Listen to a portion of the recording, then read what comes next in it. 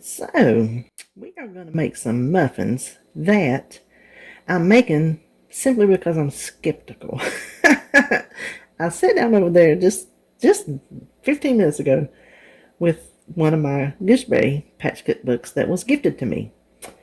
And I ran across, within the first 7-8 pages at that, raspberry yogurt muffins, raspberry yogurt, I can't remember, it's not right in front of me.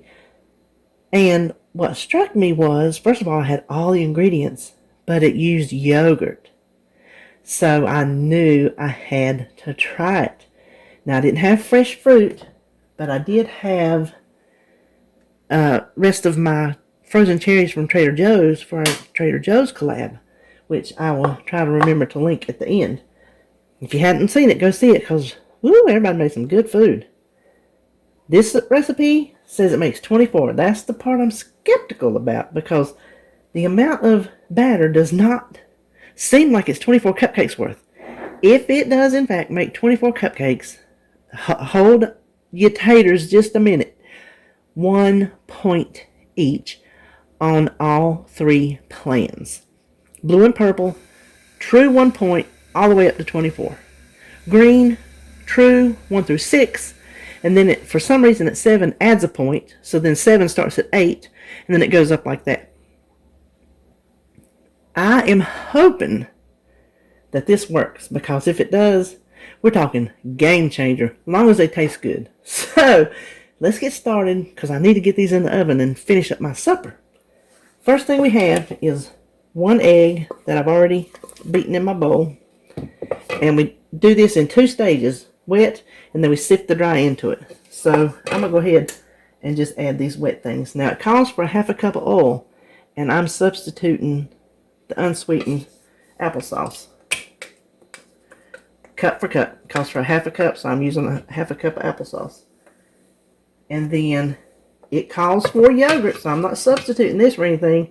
It says vanilla or plain, and plain non-fat Greek yogurt I think qualifies. This is why you better have some in your refrigerator all the time, because you never know when there's going to be some kind of impromptu something just pop up. Let me see, let me mix that up right quick. I don't know, this might make more batter than I'm giving it credit for. Whew. Okay, now the next substitution I'm making is, instead of 1/2 cup of brown sugar, which the oil and the sugar took it up to 3 points a muffin, and I just wasn't doing it.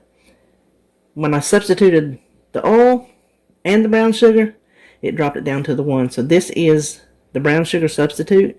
The monk fruit, you use your favorite. Ooh.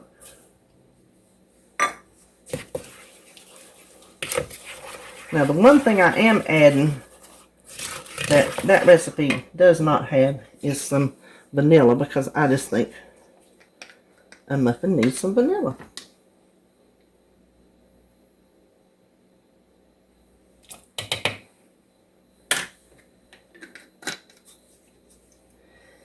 Then it says add the oatmeal to this mixture. This is 1 cup of quick cooking oatmeal, not the old-fashioned. It's the quick. You know what? I believe this is going to work. And if it tastes good, I think we've hit on something. Because I hadn't even added the flour, and we got a good bit of batter in there. So then, let me set this over. In this bowl, I have 1 cup of all-purpose flour, 1 teaspoon of salt, 1 teaspoon of baking powder, and 1/2 teaspoon of baking soda. And we're going to sift that right in. Let me see if I can get that. I don't have a handle type sifter. I just use my little thingy here. That's what I've always used. See how it shakes it out? That's sifting. That's the same size mesh, I think, that a standard sifter would have.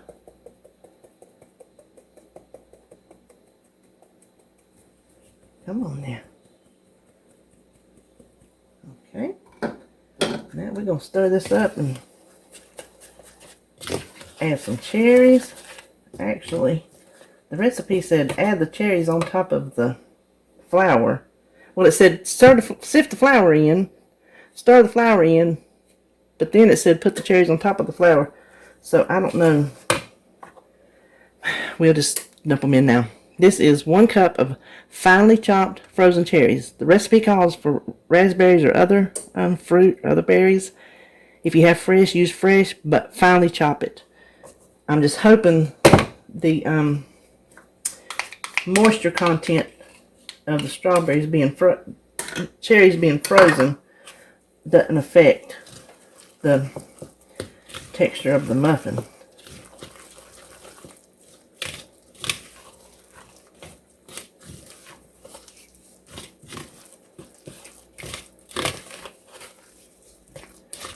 The woman that submitted the recipe, she got it from some kind of farm cookbook, what she said, years ago, and I don't know when this cookbook was made, so it come from somebody. Let me move some of this out of the way.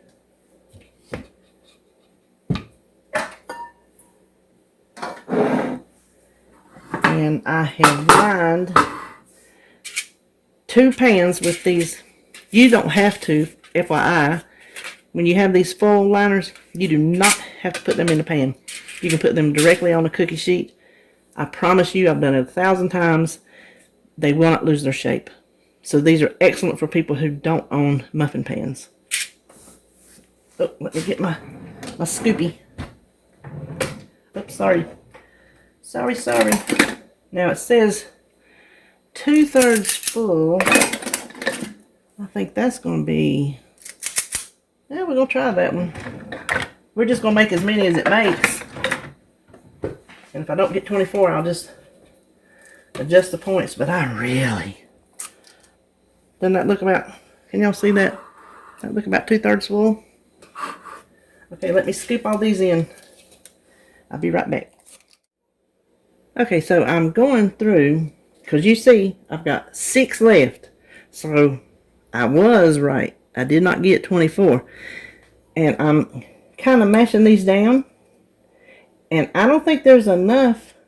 Some of these might be 3/4 full, but I don't think there's enough in any of them to scoop a little bit out to get 6 more muffins. I just don't see that happening. So, what's that? 8, 12, 8. Let me get my fingers out.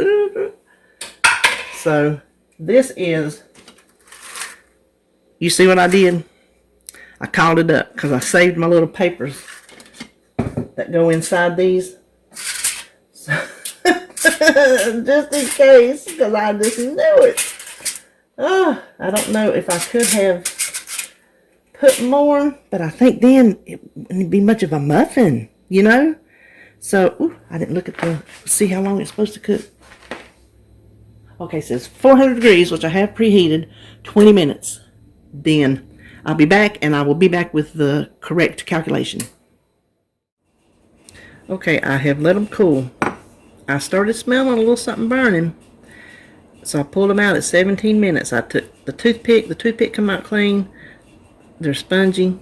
See, they give, so that's a sign they're done, and the toothpick. Now, I'm hoping this little thing does not stick. Because sometimes, even though they're full, I've had them stick. If you let it cool too long. So I'll be pulling those off before they cool completely. See, that is sticking just a little bit. Okay, I can see the bottom. See the bottom? It's not burnt. So I don't know where the burn smell is coming from, but it is pretty dark. Let's tear it apart. Okay, now see, it's kind of, I don't know if you can tell, a little, it's not rubbery. It just pulls apart a little differently than a regular from scratch muffin. But you can see the texture. It's got a nice texture. Very moist looking. Okay, It's actually not a bad little muffin. Considering the changes we made to make it Weight Watcher friendly, it is not a bad little muffin. It's not overly sweet because I do not think the monk fruit is as sweet as regular brown sugar. Speaking of the brown sugar, this is what I would change. With that half a cup, I'm getting a slight after thingy. It's not the cooling effect of some of the other ones, but it is a slight little after thing that you can feel. I'm going to recalculate it using half monk fruit and half real brown sugar to see how that does with the points. I'm going to give you the points in a second. The other thing, it tastes like it's got a little bit too much salt. I don't know if a teaspoon of salt is too much for a cup of flour, because I know they're doing that to make it self-rising.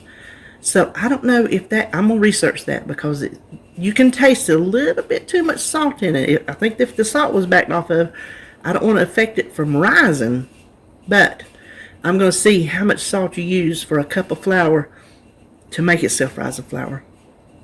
And then I will put that note in the recipe. I think all in all, I think I would make these again. For the points, let me give you the points. And then you can decide if you want to try them or not. If you want to try them or not.